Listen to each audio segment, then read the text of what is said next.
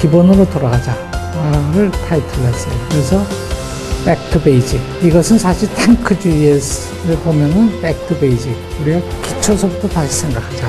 우리가 모든 일을 할 때 기본으로 돌아가자. 그래서 한번 왜 하는가 생각해보자. 이 좌우명이라면 뭐 그런 거죠.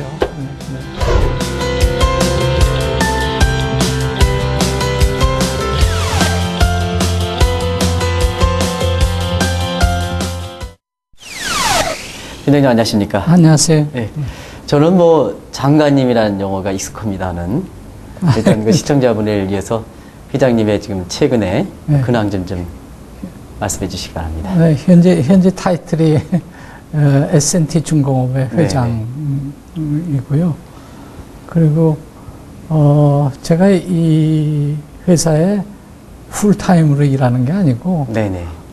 현장을 자주 방문해서 네네. 현장에서 일하시는 분하고 여러 가지 얘기를 하고 앞으로 어떻게 했으면 좋겠다 하는 얘기를 그런 일들을 하고 있습니다. 네. 그 시청자분들 이렇게 보면 회장님의 과거의 이력 보면은 이렇게 장관님 시절을 했다가 현대미술관이죠. 네. 관장님으로 이렇게 가신 거에 대해서 굉장히 궁금해하시들. 혹시 그때 관장님 시절에 뭐 에피소드 같은 거 하나 없으십니까? 글쎄요, 미술관의 관장은 미술계 출신이 해야 되는데, 네네. 제가 사실 경영학 교수를 하다가 갑자기 미술관장이 되니까 사람들이 상당히 황당하게 생각하는데, 그 이유는 우리나라 미술을 세계적 수준으로 올리려고 그러면은 미술관이 굉장히 그 역할을 많이 하는데, 네네. 그 역할이라는 게 특히 국제 파이낸스하고 연결된 일들이 많아요. 세계적으로 금융계에서 미술 작품 거래를 많이 했습니다. 네네. 그래서 미술관의 역할이 굉장히 중요하기 때문에 제가 짧은 기간 동안 관장 노릇을 했습니다. 회장님, 저희들은 언론에 있으면서 S&T 중공업에 대해서 잘 알고 있습니다는 시청자분을 위해서 S&T 중공업이 어떤 회사인지 잠시 좀 소개해 주시기 바랍니다. 네. 과거에 통일산업이라고 예. 그래서 잘 알려진 회사죠. 네네. 그런데 IMF를 지나고 노사분규가 아주 심해갖고 네네. 우리나라에 아마 노사분규를 가장 대표적으로 겪은 그런 회사입니다. 근데 2003년에 최평규 회장이 이 기업을 인수를 해서 네네. 이 노사 문제를 굉장히 잘 해결을 해서 지금은 노사가 굉장히 화합되는 걸로 아주 또 표본적인 기업입니다. 근데 방산을 많이 했고 그 방산 의존도를 줄이기 위해서 지금은 민수용품 많이 하는데 특히 대형 트럭에 들어가는 트랜스미션, 그 정밀기계 가공 산업을 굉장히 잘하고 있는 회사입니다. 네. 최평규 회장님이시죠? 네. 최평규 회장님과 뭐 특별히 과거에 그 인연이시라든가 그런 게 좀 있으십니까? 저도 잘 몰랐는데 네네. 만나고 보니까 제가 40년 전에 최평규 회장이 대학교를 갓 졸업하고 신입사원 할 때 같이 일을 했어요. 대우그룹. 그땐 대우그룹이 아니라 제가 카이스트 기계공학과 교수 시절에 세기냉동이라는 회사에 자문을 했는데 그 회사에 신입사원으로 들어오셨어요. 그래서 그때 아주 굉장한 일을 우리가 했습니다.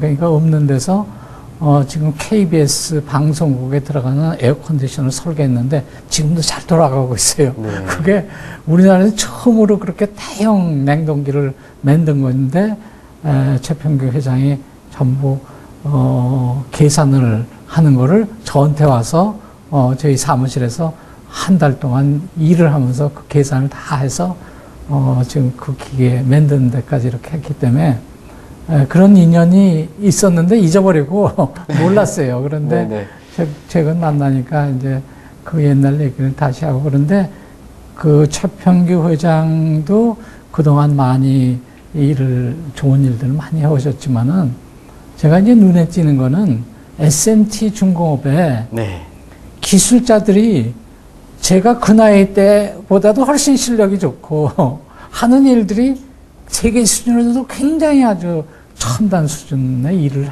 해요. 네. 근데 본인들이 그렇게 잘한다는 걸 모르고 있어요. 네. 그래서 내가 이 사람들이 그 잘하는 일을 세계에 좀 알려야겠다. 그래서 제가 이 회사 회장 합시다. 그리고 자청해서 온 겁니다. 그런데 S&T 중공업이 정밀기계공업으로 미국의 어떤 회사보다도 예를 들면 트랜스미션의 기아 가공이라든가 네네. 단조품을 잘 만들어요. 네. 근데 잘 아시겠지만은 세계가 다 그다음에 자동차 부품을 만드는 건 계열화가 딱 이루어져 갖고 안 받아줘요. 이렇게 네. 독립적인 부품 회사는. 그래서 제가 그 사람들하고 같이 해서 이렇게 잘하고 있는 일을 세계 시장에 팔아야 되겠다. 근데 제가 하는 게 아니라 코치만 하는 거죠. 네. 네. 우리가 이제 이 방송을 통해서 여러분을 만나면서 이제 창조 경제, 이걸 이제 많이 시청자분한테 그 개념이 뭘까 하는 것을 이제 전해드렸습니다는 아직도 이제 방송을 들으신 분이 창조 경제에 구체적으로 와닿지 않는다 하는 이런 얘기는 많이 하고 있는데요. 어느 분보다도 경험이 많으신 회장님께서 창조 경제 어떻게 이렇게 정의하실 수가 있겠습니까? 근데 창조 경제 말씀이 우리 대통령께서 말씀하시는 말로 이제 이렇게 됐는데, 제가 보기에는 창조 경제라고 그러지 말고, 네네. 우리나라 지금 고용률이 한 60% 내외로 왔다 갔다 하는데, 고용률을 앞으로 70%까지 올려야 되겠다. 그러기 위해서는 30만 개의 일자리가 생겨야 되는데, 그 일자리가 대부분 우리 실력 있는 젊은이들이 활약할 수 있는 일자리였으면 좋겠다. 그렇게 말씀하셨으면 굉장히 쉬웠을 것 같아요. 그런데 그러려면은 창조적인 일을 많이 해야 됩니다. 사람들이 진짜 할 만한 일이다 하고 생각하는 것이 도전을 해서 진짜 새로운 일을 해야 만족을 느끼지, 그냥 월급만 좋게 주는 직장은 별로 재미가 없어요. 네. 그래서 지금 실력 있는 젊은이들이 제가 보기에는 별로 신나서 그러는 것 같지 않아. 제 시대는 솔직히 해서 실력이 없었어요. 네. 우리 대학교 다닐 때도 맨날 데모했지 학교에서 공부를 안 했거든요. 그런데 요즘 젊은이들은 열심히 공부해서 딱 했는데, 나 보니까는 이게 학교에서 대학에서 배운 건 별무 쓸모가 없고, 네. 한번 일하려고 해도 어떻게 힘든지 취직하기도 힘들고, 그러니까 절망하게 되고 이런 일이 너무 많이 생겨요. 근데 창조 경제를 통해서 우리가 진짜 최소한도 30만 명입니다. 5년 동안에 30만 명이 일하는 일자리를 만들려면 이번 정부도 굉장히 투자를 많이 해요. 바빠요. 네네. 절대로 그 30만 명의 일자리가 그렇게 하루아침에 생기는 게 아닙니다. 그래서 정부도 그렇고 또 기업도 지금 특히 잘 되는 기업의 제일 큰 이슈는 사회적인 기여입니다. 사회적인 책임을 다하는 건데, 사회적인 책임이 뭡니까? 이 젊은이들한테 일자리를 주는 게 사회적인 책임을 하는 거예요. 무료 급식하는 데 가서 회장님이 서비스하는 거, 그거 좋아요. 그런데 그걸로 끝나는 게 아니에요. 기업의 책임이라는 거는 진짜 젊은이들이 세계를 도전해서 할 만한 일자리를 만드는 거. 그건 제가 대우에 있을 때도 그랬어요. 김우중 회장님 맨날 그거 아니에요. 그 일자리 만드는 거. 그래서 세계를 돌아다니면서 한국 사람들이 만든 물건을 막 팔았단 말이에요. 근데 그런 정신이 조금 없어진 것 같아요. 네. 그 기업이 창업 세대에서 2세대로 넘어가고 3세대로 넘어가면서 이제는 합리적인 것만 생각하는데, 우리 시대에는 그런 합리적인 걸 못 해왔기 때문에 좀 지금 하면 후회되는 일도 많지만은 그래도 신났던 것 같아요. 네. 그래서 이 창조 경제라고 너무 이렇게 추상적으로 얘기하지 말고 우리 젊은이들한테 일자리 30만 개를 만들어 줍시다. 아주 구체적으로. 네네. 예. 그렇게 하면은 어느 게 잘하고 어느 게 못하는 게 금방 눈에 띄죠. 네네. 네. 회장님 지금 말씀을 두 가지 각도에서 제가 의미 있게 받아들이겠는데요. 하나는 과거에 그 회장님의 이력을 이렇게 볼 때에는 이제 교수님도 하셨고 또 기업에도 오랫동안 그 경험이 있으시지 않겠습니까? 그런 각도에서 보면 청년의 그 이렇게 일자리 창출하는 문제에 있어서 최근에 그 많이 문제가 지적되는 게 학교 교육과 또 기업이 필요한 어떤 인력과의 미스매치 이 얘기를 많이 하거든요. 공교롭게도 이제 회장님께서는 두 분야에 다 이렇게 경험이 많으시기 때문에 그와 관련된 좀 해안을 좀 말씀해 주시기 바랍니다. 현장의 기술자들 제가 중심으로 말씀을 드린 거는 제가 원래 현장 기술자 출신이니까. 네. 그 젊은 대학 교수는 어떠냐. 당면한 문제가 어떻게 하면 논문을 국제저널에 많이 퍼블리시 하느냐. 그건데 국제저널이 실어주는 논문은 우리나라 현실하고 안 맞는 경우가 많아요. 그러니까 그거를 잘못한다고 그럴 수는 없어요. 그거대로 국제적인 명성을 얻어야, 또 우리 다른 분야에서 일하는 사람들이 그 세계적인 신용이 생깁니다. 네네. 그러니까 다 같은 일인데 그런 동안에 이제 학교가 너무 학구적인 면으로 돌아가서 현장은 전혀 뭐 신경을 안 쓰고 그러다 보니까 학교 또 성적이 중요하고 그러니까 학교 성적은 학교 시험 잘 봐야 되고 그러나 현장에 가면은 시험 잘 본 거가 무슨 현장에 좋은 엔지니어 되는 거건 거의 상관이 없단 말이에요. 네. 그래서 그런 문제가 지금 우리 미스매치로 얘기를 하는데 이것도 제일 중요한 문제는 우리가 진짜 뭘 하려고 하는 사람들이냐. 여기에 사실 백투 베이직, 네. 기초서부터 돌아가서 그걸 한번 생각해 봐야 될 것 같아요. 네. 그래서 대학교 교수님들이 대학생 가르칠 때는 과연 이 사람들이 앞으로 무슨 일을 할 사람들이냐. 거기에 초점을 맞춰서 가르쳐야 되고 그리고 배우는 학생들은 과연 난 앞으로 무슨 일을 하고 싶으냐 하는 고민을 좀 하고 나가서 그런 일자리를 찾으면은 이것이 이제 창조 경제인데 그 우리나라가 정말 이제 중진국의 선진국으로 올라가야 되는데 선진국으로 올라가는 길이 아닌가 이렇게 생각이 됩니다. 그래서 네. 미스매치는 굉장히 중요한 문제입니다. 네. 네. 창조 경제, 세계 선도 산업 이렇게 할 때 우리가 본 창조력 파괴, 역시 그 도전 정신 이렇게 하지 않습니까? 또 젊은 층들도 지금의 문제에서 보다 그 도전 정신 이런 것을 해야 일자리를 남보다 좋은 자리를 구할 수 있지 않냐 하는 이런 말씀을 해주셨는데요. 아무래도 그 도전 정신 하면 우리 그 산업이라든가 광고사에 잊지 못할 용어가 하나 있죠. 탱크주의. 적당한 표현일지 모르겠습니다는 지금 사실 회장님께서 아주 탱크주의 관련해서 또 많은 시청자분이 아마 기억을 하실 거로 이렇게 생각되는데요. 탱크주의와 관련해서 창조경제와 연관시켜서 좀 말씀해 주시기 바랍니다.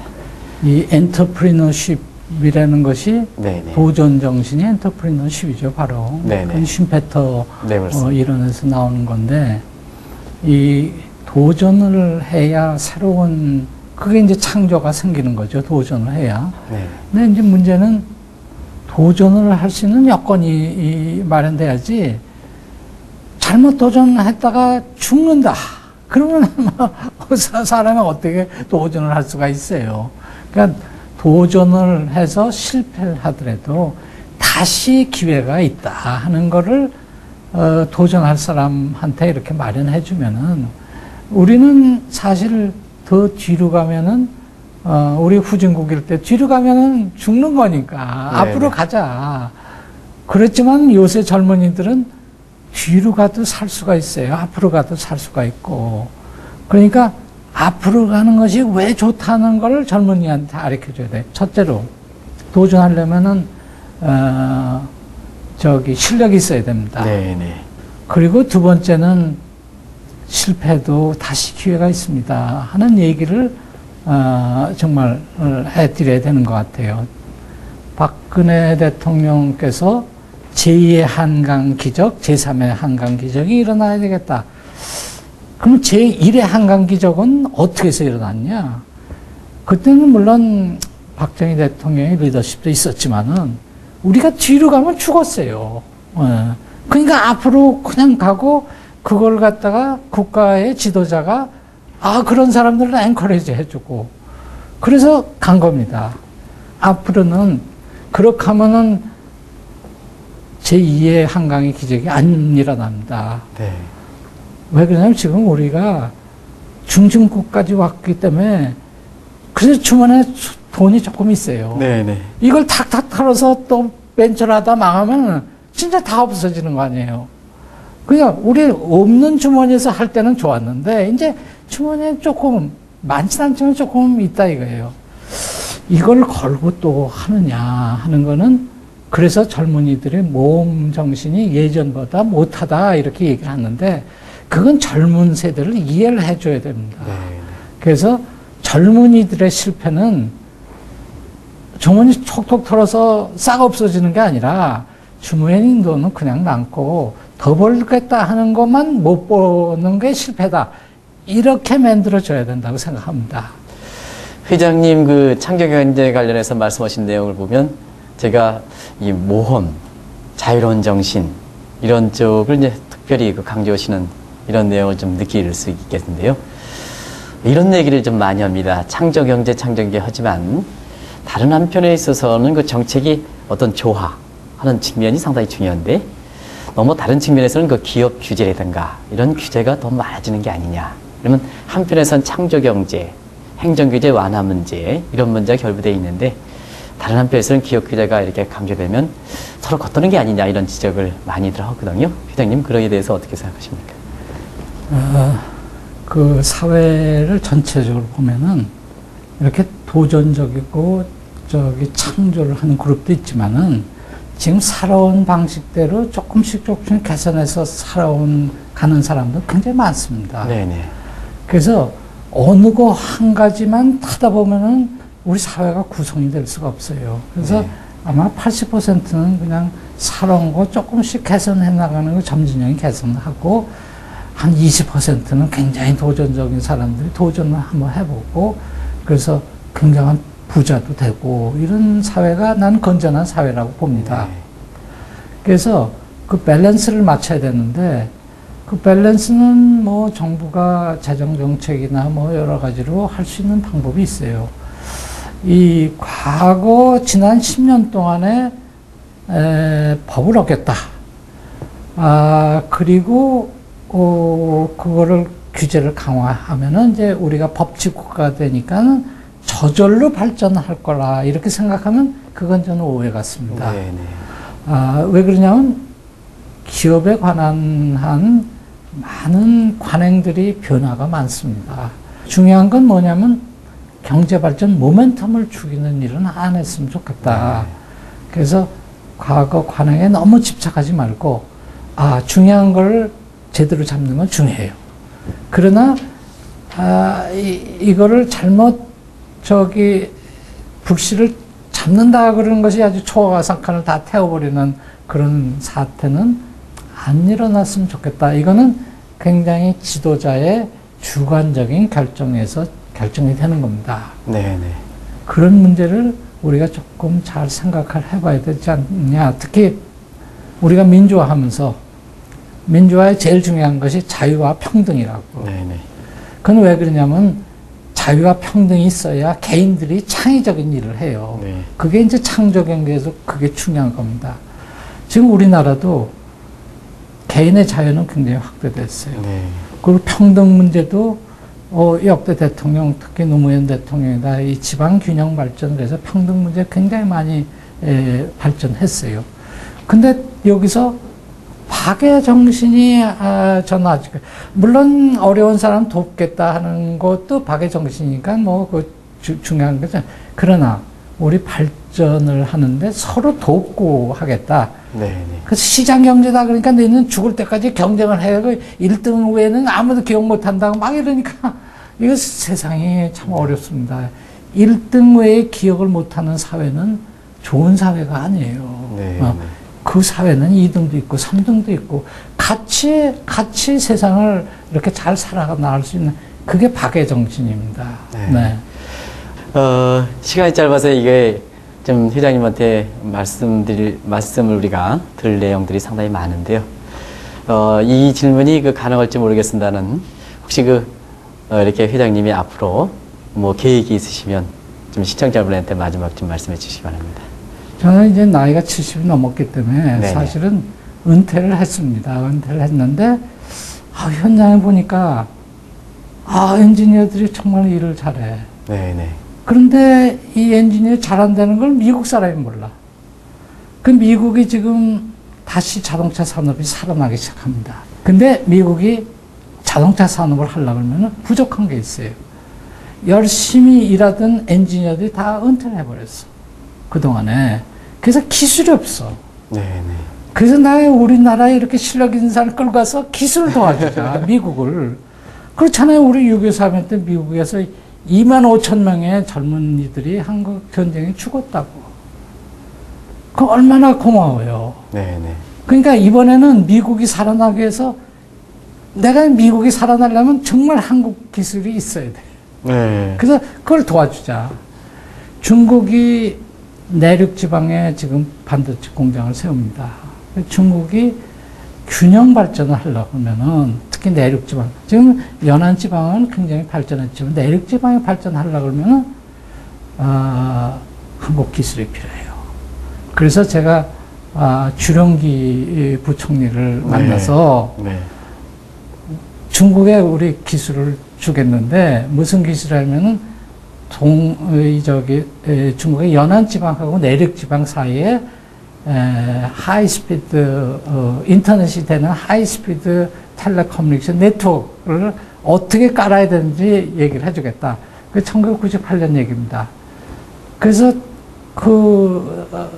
그때 이제 수상하고 부수상이 한국, 그래서 내가 조건이 있는데 우리 CDM을 좀 쓰십시오. 그래서 지금 중국의 군인용, 밀리터리용은 전부 CDM을 우리 스탠다드 된 거예요. 네.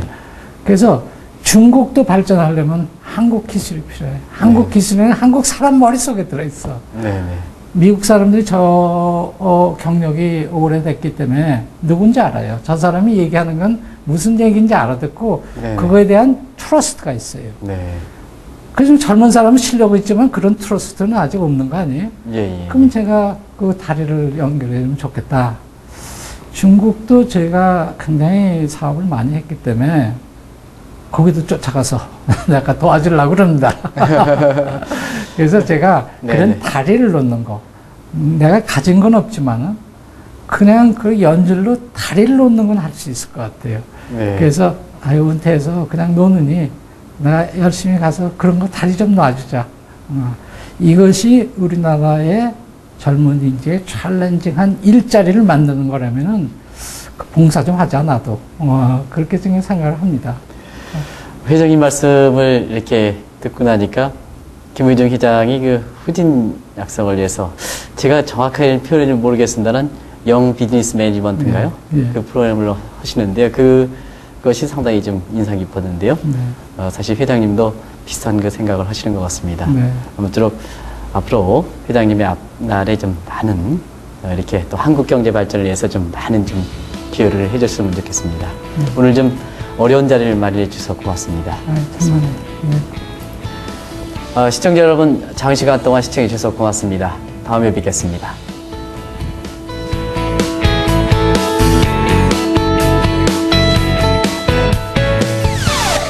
3대 업종을 피하는 게 아니라 우리나라 대학생들이 누구나 하고 싶어하는 일자리 만드는 거. 유능한 사람 인재를 확보하고 그 인재들한테 기회를 주고 그걸 어떻게 내 기업 안에서 만들까 이런 생각을 하면은 기업이 잘 되는 거예요. 그러면은